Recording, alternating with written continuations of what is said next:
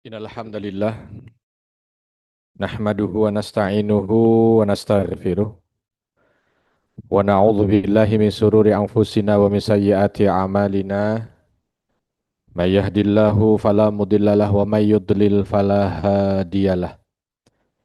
Asyhadu an la ilaha illallah wahdahu la syarikalah wa asyhadu anna Muhammadan abduhu wa rasuluhu la nabiyya ba'dah.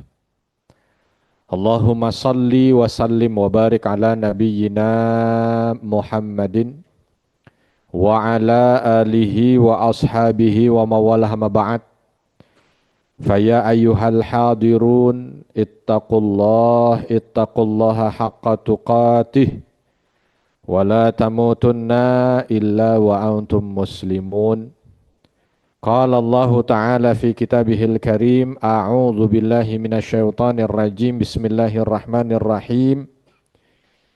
Ya ayyuhalladzina amanu taqullaha wa qulu qawlan sadida yuslih lakum a'malakum wa yaghfir lakum dhunubakum wa may yuti'illaha wa rasulahu faqad faza fawzan 'azima.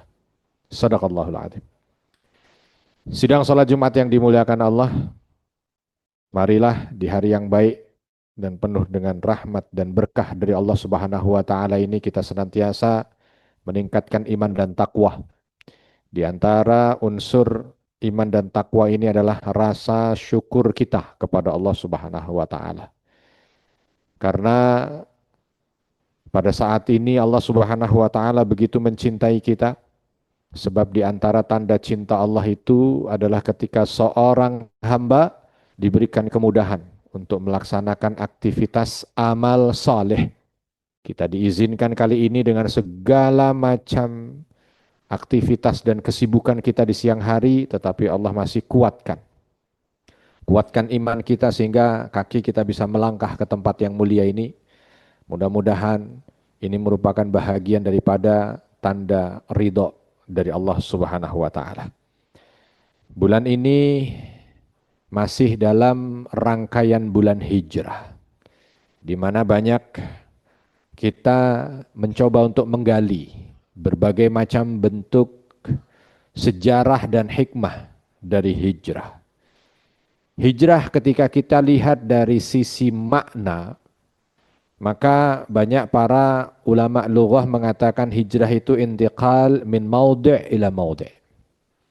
Perpindahan dari satu tempat ke tempat yang lain. Itu hijrah secara bahasa. Hijrah pernah menjadi istilah.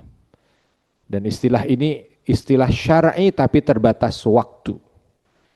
Hijrah di masa Nabi SAW dimulai dari tahun keempat dari kenabian sampai dengan Fathu Mekah. Perpindahan kaum muslimin kala itu untuk mempertahankan keimanannya dari negeri kafir ke negeri muslim. Oleh sebab itu setelah Fathu Mekah maka Nabi mengatakan la hijrata ba'dal fath. Tidak ada lagi hijrah setelah Fathu Mekah. Makna yang dimaksud adalah hijrah yang dalam urf atau dalam istilah yang ada pada masa itu. Lalu hijrah berkembang menjadi makna yang lebih luas, adalah makna perbaikan. Ya. Disebut sebagai hijrah adalah orang-orang yang menjauhi, manhajara, menjauhi, pindah, pergi dari apa-apa yang tidak disukai oleh Allah Subhanahu wa taala menuju ke sesuatu yang disukai oleh Allah. Oleh sebab itu momen hijrah ini adalah momen perubahan. Momen hijrah ini adalah momen bagaimana kita mengoreksi, bukan bertambah tahun hanya bertambah angka semata tidak, tetapi bertambah tahun, bertambah kualitas keimanan. Di antara yang perlu untuk kita perbaiki adalah lisan kita. Karena Allah Subhanahu wa taala menyampaikan ya ayyuhalladzina amanu, wahai orang-orang beriman, ittaqullah, bertakwalah kalian kepada Allah, wa qulu qaulan sadida, dan katakanlah perkataan-perkataan yang baik. Jadi ada panggilan untuk orang beriman, ya. Lalu ada perintah untuk bertakwa, dilanjutkan dengan urgensi untuk bisa berkata baik. Sehingga banyak para ulama mengatakan perkataan baik ini adalah bahagian cerminan dari iman seseorang dan meningkatnya ketakwaan dan ketaatan seseorang. Maka hadirin sidang salat Jumat yang dimuliakan Allah, mari kita jangan sepelekan lisan. Sebab lisan ini berat dijaga. Ya. Orang bilang lidah tak bertulang. Sehingga ketika keluar sesuatu dari lisan ini terkadang tanpa rasa, begitu cepat. Oleh sebab itu Nabi memberikan jaminan, ya, dari satu hadis yang diriwayatkan dari sahabat Ali. Barang siapa yang man yadman li, barang siapa yang menjamin apa yang ada di antara ma baina syafataih, di antara dua lisannya, wa ma baina fakhidhaih, dan di antara dua pahanya, azman lahul jannah. Maka akan ada jaminan bagi dirinya masuk ke dalam surga.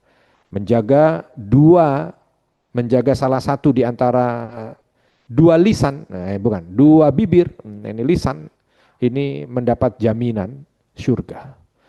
Maka penting bagi kita untuk memahaminya.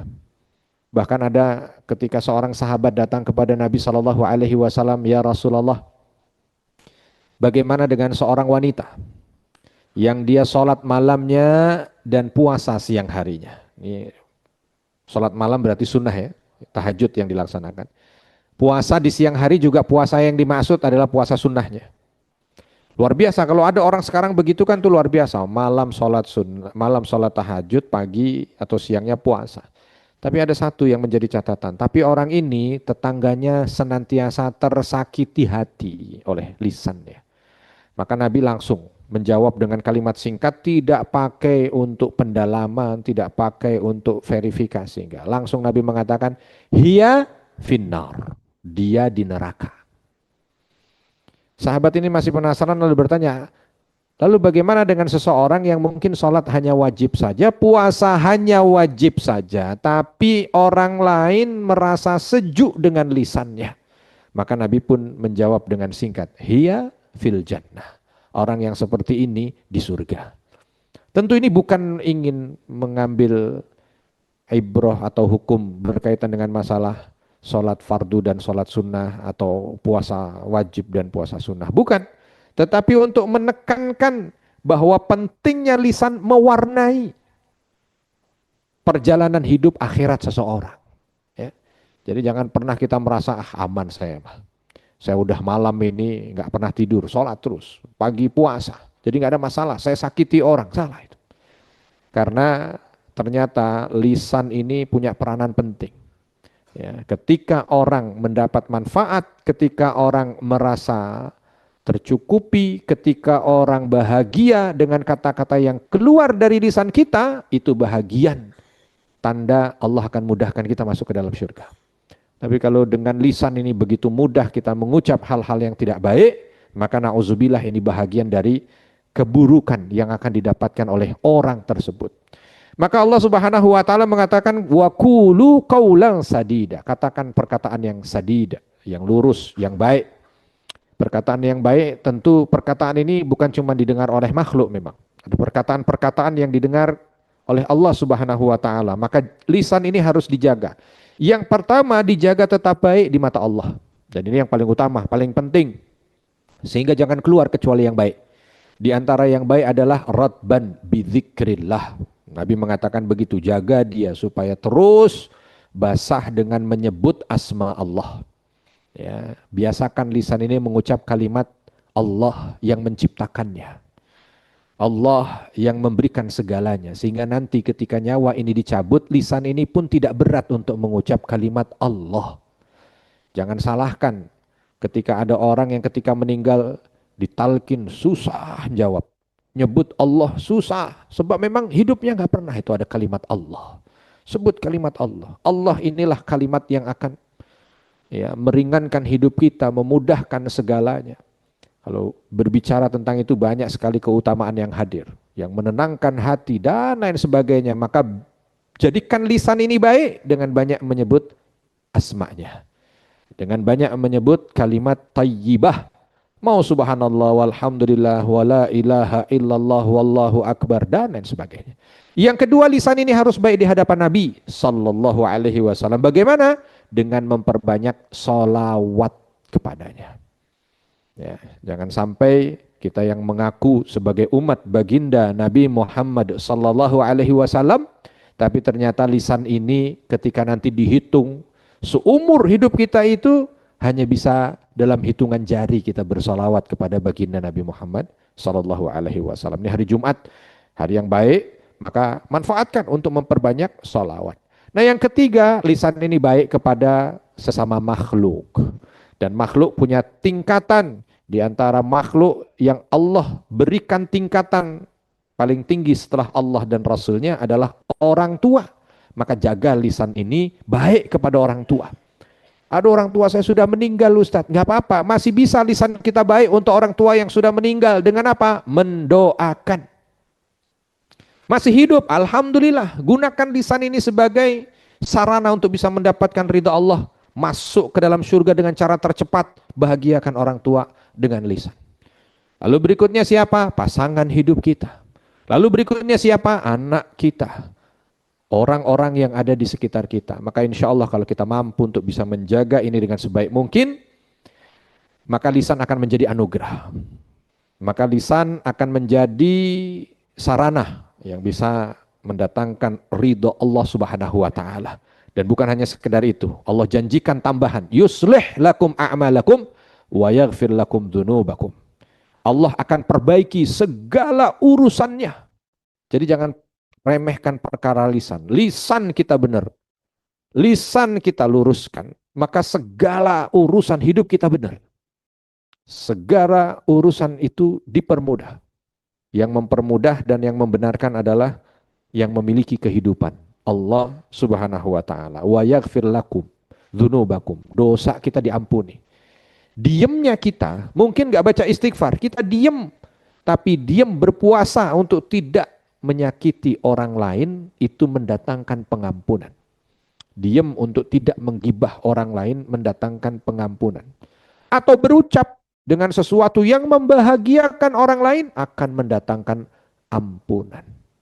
Ya, maka ini merupakan pundi kebaikan yang harusnya menjadi satu yang kita prioritaskan. Wa may yuti'illaha wa rasulahu faqad faza fauzan 'azima.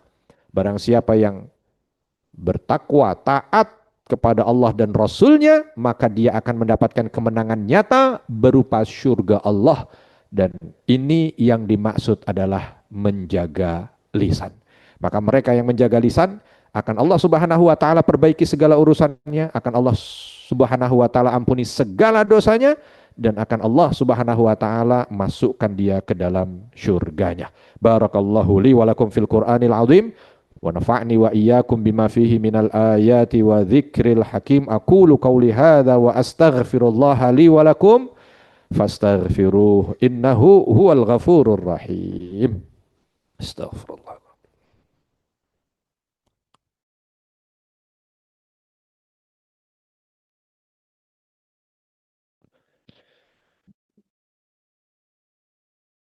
Alhamdulillah, alhamdulillahilladzi anzala ala abdihil kitaba wa lam yaj'al lahu iwaja.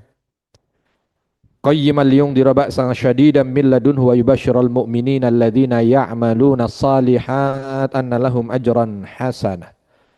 Asyhadu an la ilaha illallah wahdahu la syarika lah wa asyhadu anna Muhammadan abduhu wa rasuluhu la nabiyya ba'dah.